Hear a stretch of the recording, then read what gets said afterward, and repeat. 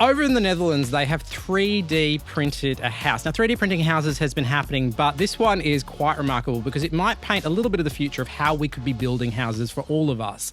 To explain why it is so important, we have Dr. Emily van der Nagel from Monash University and Ray Johnson from the Queens of the Drone Age podcast. Emily, take me to the Netherlands. Exactly what is it that they've done? They've done it. The first 3D printed house. Basically, there's a nozzle that squirts out cement like whipped cream, and it's come together at last to actually build a house that's so structurally integral that people are now living in it.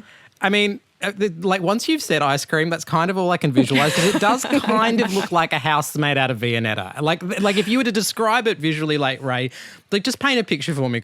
It's a big rock. It is a big rock. It's a big rock made out of 3D printed concrete, and it is glorious, and people are renting it, and I love this so much. And I think it's like this is the first legal house that people have been allowed to actually move into and live in that was 3D printed. But we've been making 3D printed houses and shelters for quite a few years now, out of a various range of different materials. There was a house a few years back that was able to be 3D printed in 24 hours, which is perfect for emergency shelter situations if you can get a giant 3D printer on site. That's always the part of this story that I get lost with. It's like, okay, cool. So a disaster's happened. We can't get food or water in there, but you want to get a giant 3D printer in there to build houses? How does that work?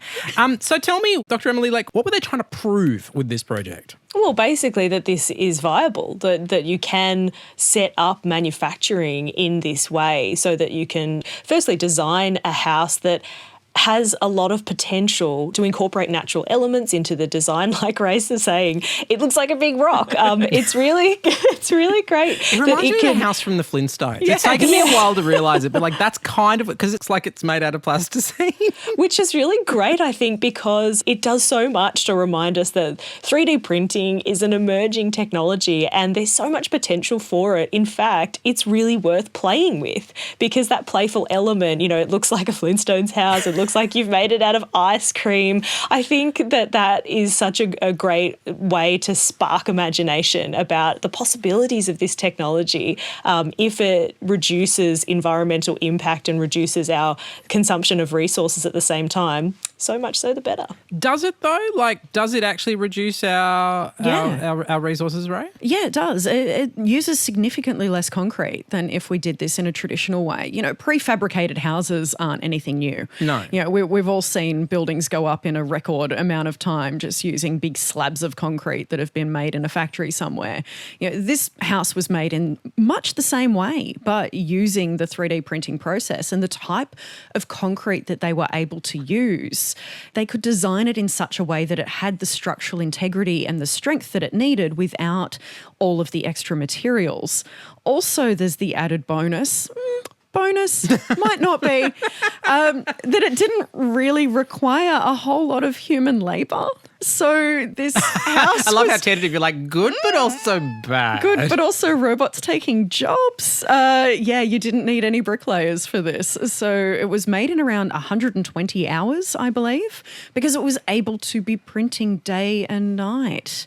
It just needed a little bit of maintenance. At one point, one of the nozzle needed to be replaced with a new nozzle, and you can actually see in the wall of the building where they needed to do that. They changed the nozzle. Where they had to change the nozzle. It's like a little imperfection.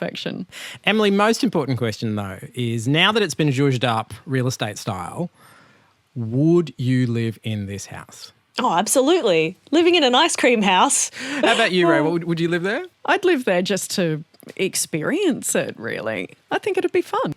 All right, there is lots more of this in the podcast. To download this show, if you have an Apple device, make sure you check out the podcast because we're talking about a major change to Apple devices, which could have a massive impact on a range of social media companies. What is it? You'll just have to download the podcast and find out. See ya.